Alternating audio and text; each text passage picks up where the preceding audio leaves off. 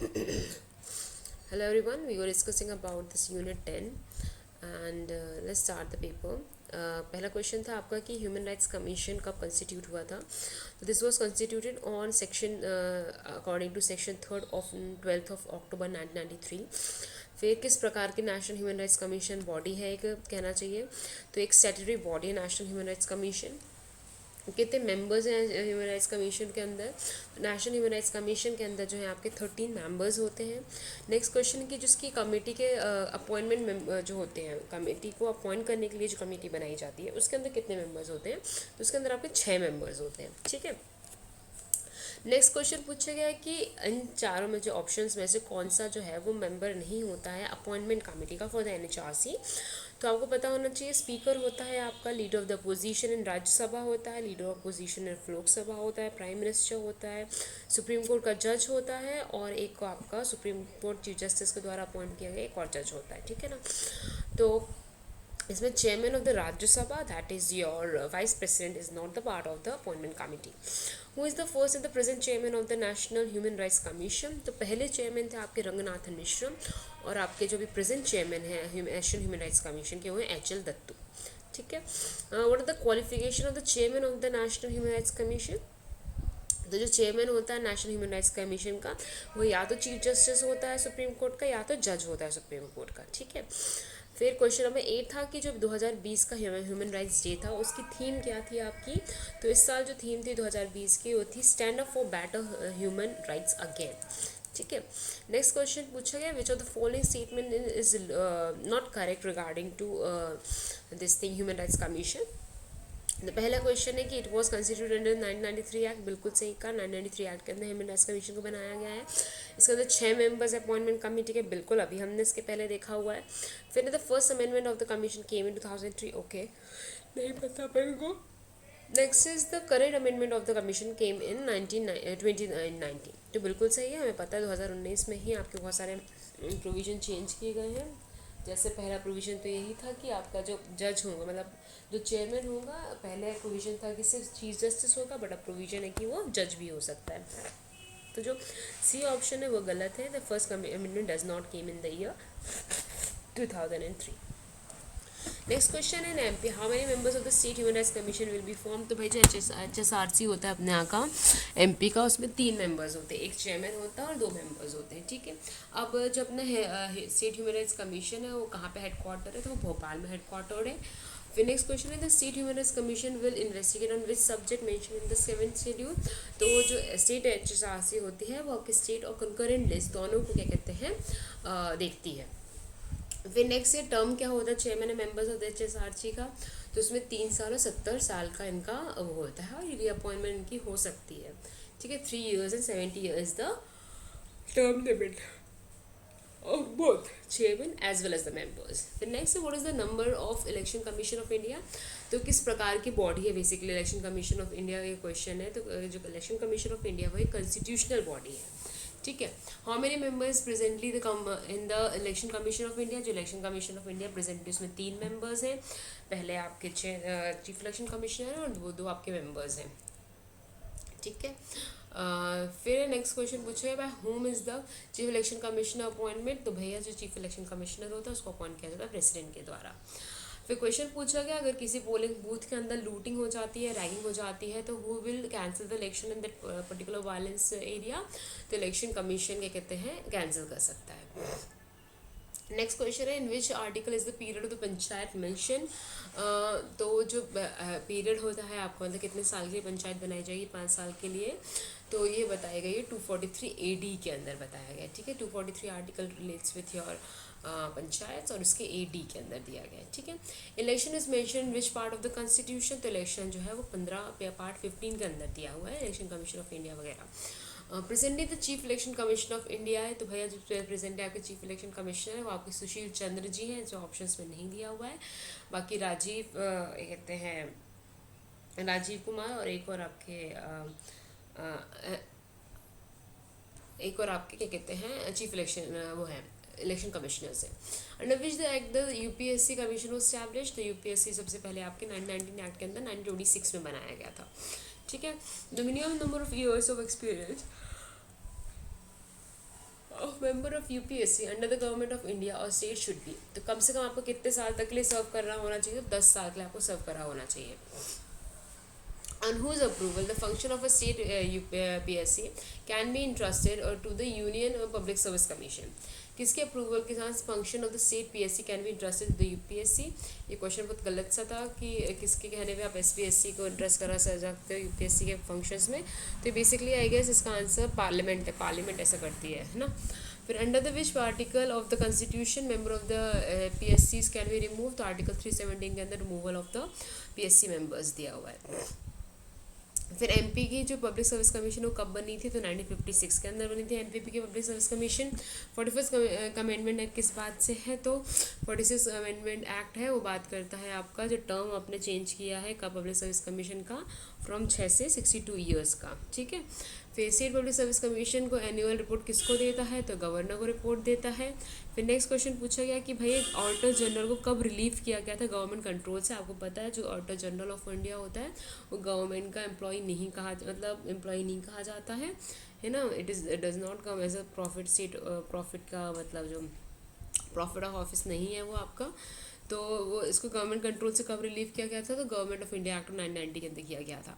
The main person of the audit is to control the expenditure of the person and from it change the function according to its. मतलब basically पूछा गया कि audit का main काम क्या है, किसके व्यय के ऊपर, किसके एक्सपेंडिचर को चेक करना होता है. तो बेसिकली आपका जो एग्जीक्यूटिव है उसके क्या कहते हैं जो खर्चे हैं उनको चेक करना होता है. तो जो फिर नेक्स्ट क्वेश्चन है जो ऑडिटर कैग है उसका कार्यकाल कितने समय का होता है? What is the time tenure of the CAG? तो सीएजी का टेन्योर जो होता है वो 6 साल 65 ईयर्स का होता है. क्या कहते हैं डायरेक्ट कैग किसका डायरेक्ट ऑडिट करता है? तो भाई एएफसी का नहीं करता है वो, एफसीआई का नहीं करता, एलआईसी का नहीं करता है, वो करता है नेशनल गैस कमीशन का. किस सेक्शन के अंदर ऑडिटर जनरल एडवाइस करता है प्रेसिडेंट को relation to the accounting format of the union in the states? Article 150 के अंदर करता है ना. इसी से रिलेटेड क्वेश्चन एक पिछले साल पूछा गया था और मैंने जल्दी जल्दी में आर्टिकल 148 लगा दिया था. भाई आर्टिकल 148 बात करता है एस्टैब्लिशमेंट ऑफ कैग की. ठीक है. फंक्शन उसके 150 और 151 में दिए हुए हैं. प्लानिंग कमीशन को कब रीनेम किया गया था as the year organiser? Basically planning commission को अबॉलिश करके नीति आयोग कब बना था? क्वेश्चन ये पूछना चाहता है आपसे. तो इट वाज ऑन 1 जनवरी 2015. ठीक है. नेक्स्ट से what is the full name of NITI Aayog? NITI Aayog का पूरा नाम क्या है आपका? तो नेशनल कहते हैं हिंदी में तो आप कहते हैं जो फुल फॉर्म है आपका national institute for transforming India, उसको आप चेंज कर ले सकते हो. नेशनल भारत का मतलब नेशनल को आप कहोगे राष्ट्रीय भारतीय परिवर्तन संस्थान. नेशनल नहीं रहेगा वो, भारत वो हो जाएगा आपका, राष्ट्रीय हो जाएगा.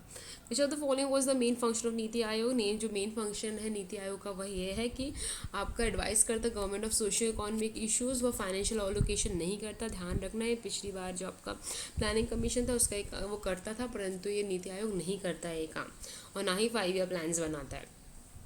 एमपी का जो प्लानिंग कमीशन है वो कब बनाया गया था? एमपी का प्लानिंग कमीशन 1972 के अंदर बनाया गया था.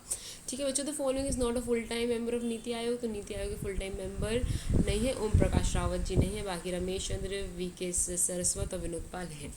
What kind of body is national child protection commission? तो नेशनल चाइल्ड प्रोटेक्शन कमीशन जो है वो आपकी स्टैच्यूटरी बॉडी है.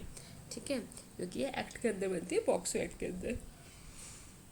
Chairman of the national child protection commission कौन है भाई? तो फिलहाल में जो आपकी नेशनल चाइल्ड प्रोटेक्शन कमीशन है वो प्रियंका कानून को आपके मेन चेयरमैन है. नेशनल ये कहते हैं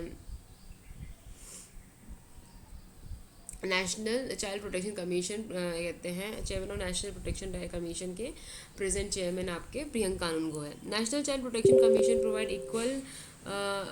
equal protection to all children of which age group? तो नेशनल चाइल्ड प्रोटेक्शन कमीशन जो है बेसिकली 0 से 18 साल के बच्चों को इक्वल प्रोटेक्शन प्रोवाइड करवाता है.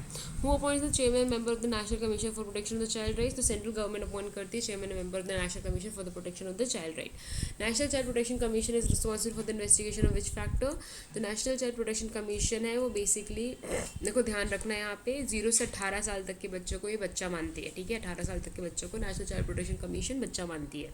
ठीक है, और जो अपॉइंट किया जाता है चेयरमैन और member of the national commission वो करा जाता है सेंट्रल गवर्नमेंट द्वारा. ठीक है, और प्रियंका कानून को कौन है? वो आपके चेयरमैन है नेशनल चाइल्ड प्रोटेक्शन कमीशन के. नेशनल चाइल्ड प्रोटेक्शन कमीशन किसके लिए responsible for the investigation which factors, तो communal violence, natural violence, immoral trade, सबके बारे में कहते हैं वो करती है। इन विच ये state child human rights protection experts, तो बहुत अच्छी बात है कि हमारा स्टेट का भी एक है और ये 2005 में पास हुआ था। फुल फॉर्म ऑफ पॉक्सो पूछा गया है, तो protection of children from sexual offences, याद रखिएगा यहाँ पे सेक्शुअल ऑफेंसेस की बात की गई है पॉक्सो एक्ट के अंदर। नेक्स्ट क्वेश्चन है कि भाई जो आपका नेशनल कमीशन ऑफ वुमेन वो कब फॉर्म किया गया था, ध्यान रखिएगा formation of the national commission for women जो है वो आपका 31 जनवरी 1992 है, बट जो आपका एक्ट है नेशनल कमीशन फॉर वुमेन का वो आपका 1990 में आता है, 90 में आता है, फॉर्म होती है वो 92 के अंदर, ठीक है। अब जो टोटल नंबर ऑफ मेंबर्स जो है नेशनल कमीशन फॉर वुमेन के अंदर, ये 6 मेंबर बॉडी है, एक चेयरमैन और 5 मेंबर्स है। National commission of for women report किसको हर साल देती है, तो सेंट्रल गवर्नमेंट को देती है report. Which chairperson and members of the central committee of women will be removed from the post in these position, तो बेसिकली पूछा गया कि महिला आयोग के जो अध्यक्ष और मेंबर्स उनको कब अलग किया जा सकता है अपनी पोस्ट से, जब वो इंसॉल्वेंट हो, प्रोसिक्यूट किया गया उनको क्राइम के लिए, डिक्लेयर किया गया for destruction by the court, तो ये सारे के सारे प्रोसीजर्स में आपको इनको अलग किया जा सकता है। Under which article maternity assistance बताया गया, तो भाई जो अपना डीपीएसपी है उसके आर्टिकल नंबर 42 के अंदर आपको मेटर्निटी असिस्टेंस के बारे में बताया गया है, ठीक है ना। The state should provide for maternity assistance to the women's. Under which act of the MP commission for women वो कंस्टिट्यूट की गई है, तो भाई जो आपका एमपी की जो है स्टेट कमीशन फॉर वुमेन का बनाया गया था और ये एक्ट आया था 1995 में और इसके सेक्शन 3 के अंदर इसको फॉर्म किया गया है, ठीक है। और इनका टर्म कितना होता है, तो स्टेट का टर्म 3 साल का होता है। करंट चेयरमैन कौन है हमारे स्टेट वुमेन कमीशन की, तो करंट चेयरमैन है वो आपकी शोभा ओसा है, याद रखिए शोभा ओसा नाम की विमेन है, महिला है जो हमारे यहाँ की अभी फ़िलहाल में विमेन चेयरमैन है स्टेट वुमेन कमीशन की, शोभा ओसा, ठीक है। Who is the chairman of the women commission, के जो विमेन कमीशन होता है उसके चेयरमैन का क्या ओहदा होता है, तो मिनिस्टर ऑफ कैबिनेट का ओहदा उनको मिलता है। National commission for schedule cast सबको पता है, इसका कॉन्स्टिट्यूशनल बॉडी। और कंपोजिशन क्या होता है एनएससी का, तो जो एनएससी होती है उसमें एक प्रेसिडेंट होता है, एक वाइस प्रेसिडेंट चेयरमैन होता है और 3 मेंबर्स होते हैं, बेसिकली 5 मेंबर बॉडी होती है including president and the vice chairman. How long can the members and the chairman of schedule caste commission be appointed for the post, तो बेसिकली शेड्यूल कास्ट कमीशन के लिए जो members और chairman होते हैं उसे 2 साल के मैक्सिमम 2 साल का टर्म होता है इनका, ठीक है।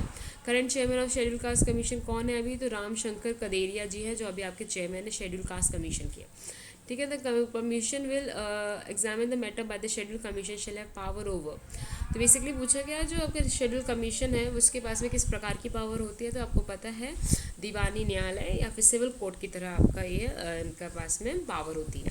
Which constitution establish the schedule tribe commission, जो शेड्यूल ट्राइब कमीशन जो है वो बेसिकली आपका फॉर्म हो रहा था, वो होता है आपका 92 के एक्ट के अंदर, 90 क्यों लिखा हुआ है, 65th अमेंडमेंट एक्ट ऑफ 1990। एक बार रुकिए,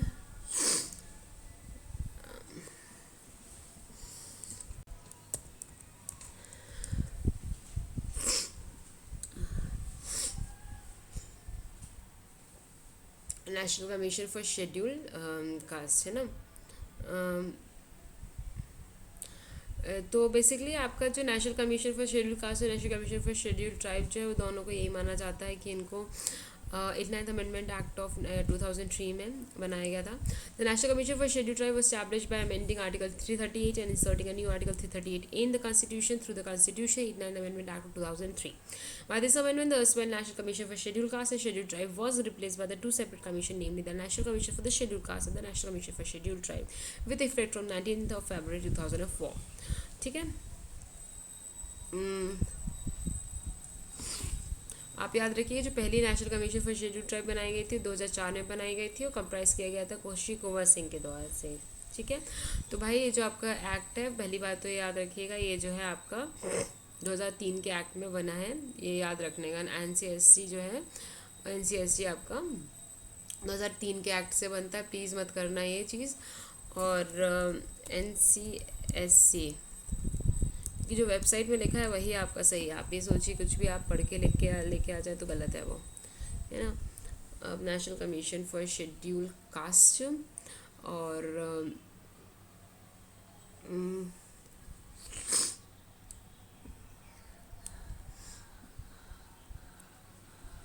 National Commission is a constitutional body established with the view of providing this thing. Article 338 में इसका मेंशन है ना.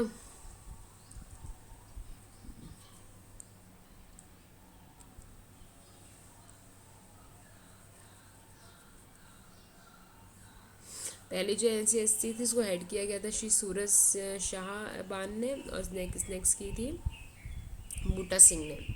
ठीक है, तीसरी भी बन चुकी है और इसको हेड किया था PL पूनिया ने. ठीक है, पहली वाली को किया था आपके श्री सूरज जी ने, फिर बूटा सिंह ने और फिर PL पूनिया ने. 3 बज चुकी हैं अभी तक आपकी. ठीक है, ये याद रखिएगा, क्वेश्चन आपको बहुत घुमाने के लिए आ सकता है भाई. NCSC और NCST दोनों को आपका जो है फाइनली अब 2003 के अंदर बनाया गया था. और जो एक साथ कभी नहीं आता है आपका, तो ये पता नहीं क्या करोगे आप लोग इस क्वेश्चन में. मतलब अगर आर्टिकल इसमें 2003 का ऑप्शन है तो 2003 लगाना बेहतर रहेगा, और नहीं तो फिर पुराना वाला आर्टिकल लगाओ. फिर नेशनल शेड्यूल ट्राइब कमीशन है structure in which untruth should be sorted. Basically इसमें क्वेश्चन क्या है कि असत्य को छांटी, इन सारे में से असत्य बताना. चेयरमैन सब member of the schedule tribe बिल्कुल होता है. Government of India secretary should have equal status. It was formed on 19 February 2004. At least 4 member the commission should be of schedule caste and schedule tribe. तो last वाला आपका गलत है. Schedule caste के members नहीं होते इसमें, सारे शेड्यूल ट्राइब के मेंबर्स होते हैं. और इसको फॉर्म किया गया था 19 फरवरी 2004 को. बिल्कुल सही पॉइंट है, अभी हम पढ़ के आए हैं ये. ठीक है, फाइनली इसको बनाया गया था. और इसका जो गवर्नमेंट ऑफ इंडिया जो होता है, भारत सरकार सचिव समान दर्जा प्राप्त है इसके दौरान. इनको सचिव की तरह दर्जा प्राप्त है. ठीक है ना, जो चेयरमैन और मेंबर्स हैं उनको जो है वो सचिव की तरह, जो गवर्नमेंट ऑफ इंडिया के सेक्रेटरी उसकी तरह का दर्जा मिलता है. The national schedule tribe commission has regional office at बहुत सारी जगह पे इसका रीजनल ऑफिस है. ठीक है, national commission for schedule tribe किसको रिपोर्ट देता है अपनी, तो भाई प्रेसिडेंट को देता है. कॉन्स्टिट्यूशनल बॉडी है ये. First chairman of the national commission for schedule tribe अभी पढ़ के आए, कुंवर सिंह टेकाम थे आपके ये. Win which year schedule tribe commission was form. Schedule tribe commission ये अलग अलग जगह अलग अलग इन्फॉर्मेशन दी रही गई है. ये गलत है आंसर, मैं बिल्कुल भी नहीं करने वाली इसको. टेन्योर क्या है स्टेट शेड्यूल ट्राइब कमीशन के लोगों का, तो 3 साल का है इनका टेन्योर. फिर स्टेट की शेड्यूल ट्राइब, अच्छा स्टेट का पूछा गया. ओके ठीक है, जो स्टेट की शेड्यूल ट्राइब कमीशन है वो फॉर्म की गई थी 29 जून 1995 के अंदर. ठीक है, 1995 के अंदर बनाई गई थी. स्टेट की शेड्यूल ट्राइब कमीशन का टेन्योर जो है वो 3 साल का है. स्टेट की schedule tribe commission is made up of 1 speaker, 2 अध्यक्ष मेंबर्स. ठीक है, तो बेसिकली 4 ये कहते हैं लोग हैं इसके अंदर. ठीक है, इन विच ये नेशनल कमीशन फॉर शेड्यूल का बैकवर्ड क्लास वॉज फॉर्म. तो 1993 के अंदर एक्ट आता है national commission for backward classes का. 14 अगस्त 1993 में बनता है. National commission for backward classes is under which ministry, तो national union ministry of the social justice and empowerment के अंदर आता है ये. इससे क्या कहते हैं कॉन्स्टिट्यूशन अमेंडमेंट से इसको कॉन्स्टिट्यूशन बॉडी बनाया गया. तो 102 सेकंड कॉन्स्टिट्यूशन अमेंडमेंट एक्ट है. फिर इसको किस ये कहते हैं कि एक्ट के अंदर आर्टिकल के अंदर डाला गया 338B के अंदर. तो NCSC है जो शेड्यूल कास्ट की नेशनल कमीशन है वो 338 के अंदर आती है. NCST है वो 338A में आती है. और जो national commission for schedule tribe है वो 338B में आती है. In 1950 under whose chairmanship was the backward class commission form. तो 1950 में जो कि बैकवर्ड क्लास कमीशन पहली बनी थी वो काका केलकर के अंदर बनी थी. Commission of backward class examine any work और complain than it gets the power of which court. तो सिविल कोर्ट की तरह से पावर होते हैं. स्टेट बैकवर्ड क्लास कमीशन कब बनी थी, तो यह बनी थी 13 मार्च 1993 को. और जो हमारे यहाँ की NCSCT बनी थी वो बनी थी 1995 के अंदर. अभी देखा हमने, देखिए यहाँ पे तो बैकवर्ड क्लास कमीशन पहले बन जाती है हमारे यहाँ पर. हमारे यहाँ ST की बाद में बनती है. कोई विडम्बना है ये. 29 जून 1995 को बनती है अपने यहाँ पे ST की. और जो स्टेट की अपनी बैकवर्ड क्लास कमीशन बनी थी वो बनी थी 13 मार्च 1993 को. ठीक है, the president and members of the MPs state backward class commission resigned at any time to the state government. The state backward class commission consist of 1 chairman 3 non official members. ठीक है ना, तो 4 मेंबर की body होती है. Present chairman of the state backward class commission कौन है भाई अभी, तो जो प्रेजेंट चेयरमैन आपके स्टेट बैकवर्ड क्लास कमीशन के राधेलाल बघेल है. कब है जो CIC फॉर्म होता है, तो CIC आपके पहली बार फॉर्म हुआ 2005 के अंदर. तो बेसिकली पूछा गया था कि आपका जो है द चेयरमैन मेंबर केंद्रीय सूचना आयोग सदस्यों की नियुक्ति द्वारा एक बार की जाती है, उसे शामिल नहीं होता है, बेसिकली पूछना चाहिए आपका। इट डजेंट इंक्लूड पूछा जाना चाहिए यहाँ पर। तो CIC are appointed by the president on the recommendation of committee that consist of. तो बेसिकली इसमें चेयरमैन ऑफ राज्यसभा नहीं होते हैं, बाकी के सारे होते हैं आपके। तो ये इस प्रकार का क्वेश्चन है, इसमें गलत आंसर मार्क्ड है आपका। Chairman of Rajya Sabha is not the member of that committee, not basically question में। और आपके जो कहते हैं प्रेसिडेंट प्राइम मिनिस्टर होता है आपका जो होता है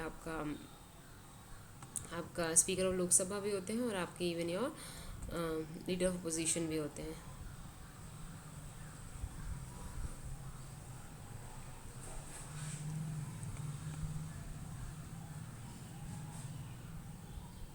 ठीक है, तो इसको स्ट्राइक आउट कर देते हैं।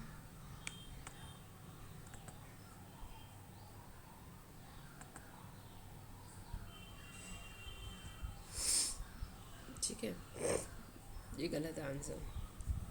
नेक्स्ट है आपका member and chairman of the central information commission eligible for ये कंस्टिट्यूशन। बिल्कुल भी नहीं भाई, आप एक बार इन्फॉर्मेशन आपके हाथ में लग गया, आपको वापस से अपॉइंट नहीं किया जाएगा। A salary allowance of the central level will be similar to, जो सैलरी होती है CIC की, वो इलेक्शन कमिश्नर की तरह होती थी पहले, अब नहीं होती। अब जिसकी सैलरी होती है वो बेसिकली आपकी सेंट्रल गवर्नमेंट डिसाइड करती है। इसी प्रोविज़न के कारण आपका इसमें अमेंडमेंट लाया गया था 2019 के अंदर। ठीक है, थोड़ा सा MPPSC वाले पेपर बनाने वाले थोड़ा जाग जाए मेरे हिसाब से, तो अच्छा रहेगा। नेक्स्ट क्वेश्चन है द सेंट्रल इन्फॉर्मेशन कमीशन, इसमें से कौन सी वाली कहते हैं जो उसकी क्वालिफिकेशन है, इनमें से कौन सी गलत बात लिखी है। Experience of law, journalism experience, social service experience, तो silver medal holder and sport. तो जो भाई CIC मेंबर होता है वो जो है एक्सपीरियंस ऑफ लॉ हो सकता है, उसको जर्नलिज्म एक्सपीरियंस हो सकता है, सोशल सर्विस एक्सपीरियंस हो सकता है, बस सिल्वर मेडल होल्डर किसी स्पोर्ट में कोई ज़रूरी नहीं है। ठीक है ना भाई, कोई बच्चा नहीं कर पाया स्पोर्ट में अच्छा, तो वो CIC नहीं बन सकता है क्या? गलत बात है।